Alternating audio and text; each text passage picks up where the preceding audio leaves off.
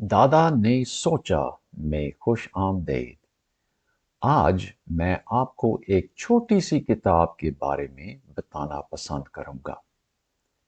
اس کا نام ہے ولیم ولبر فورس کی زندگی میں حیران کن فضل۔ اور ولیم ولبر فورس لندن میں ممبر آف پارلیمنٹ رہا۔ وہ تاریخی انسان اس لیے ہے اور یاد کرنے کے لائق کیونکہ ان کی رہنمائی میں غلامی پورے برٹش امپائر میں ختم کیا گیا، مطلب ناجائز قرار دیا گیا۔ اور جبکہ انگلستان کی تجارت کا بہت بڑا حصہ، کچھ لوگوں کا کہنا ہے کہ 80% برٹش امپائر کی آمدنی غلامی کی تجارت پر تھا،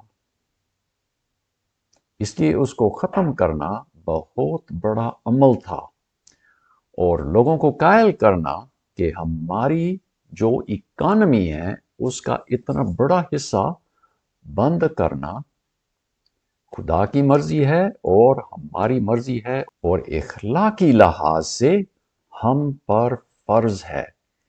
دیکھیے، غلامی تو بہت دیر سے چلتی آ رہی تھی۔ وہ کوئی نئی تجارت نہیں تھی، بلکہ دنیا کے ابتدا سے لوگ ایک دوسرے کو پکڑ کر فروخت کرتے رہے ہیں، اور انہوں نے انسان کو چیز بنا دیا۔ شاید آپ کو یاد ہو کہ حضرت یوسف، بہت پہلے کی بات ہے، حضرت یوسف غلامی میں بیچا گیا۔ اپنے بھائیوں نے اس کو پکڑ کر غلامی میں مصر میں بیچا۔ کتنی پرانی بات، اور غلامی چلتی آ رہی تھی۔ تو ولیم ولبر فورس کی زندگی 1759 سے لے کر 1833 عیسوی تک رہی، اور 1833 عیسوی میں جس وقت وہ فوت ہونے والے تھے، برٹش پارلیمنٹ نے غلامی کو منع کیا کہ ہماری پوری ملکیت میں برٹش امپائر، آپ کو تو یاد ہوگا برٹش امپائر اس وقت بہت ہی پھیلا ہوا تھا دنیا میں، اور ان کا کہنا تھا پارلیمنٹ کا کہ ہماری ملکیت میں انسان کا خرید و فروخت بند ہے۔ آپ لوگوں کو انسان کو خرید نہیں سکتا اور بیچ نہیں سکتے، اور جو حال کی دنیا کی بنیاد جو ہے انسانی حقوق، اس بات پر ہے کہ انسان چیز نہیں، انسان خدا کی طرف سے آزاد ہے، اور آپ کے غلام رکھنا منع ہے۔ کتنی بڑی بات۔ تو یہ کتاب بہت ہی مختصر ہے، اور اگر آپ کو پڑھنے کا موقع مل جائے، انگلش میں ہی ہے لیکن آپ اگر پڑھیں، آپ کو شوق ہوگا کہ مزید ولیم ولبر فورس کے بارے میں سیکھیں۔ اور ایک بات ہے کہ ولیم ولبر فورس نے عیسیٰ المسیح کی پیروی کرنے کا سوچا۔ جوانی میں وہ روایتی مسیحی تھے، لیکن جب وہ بڑا ہو گیا، انہوں نے سوچا کہ نہیں، کہ مسیح کی عزت ایسی ہے کہ مجھے اپنی زندگی اس کے سپرد کرنا ہے، اور مجھے پوری طرح اس کی پیروی کرنا ہے۔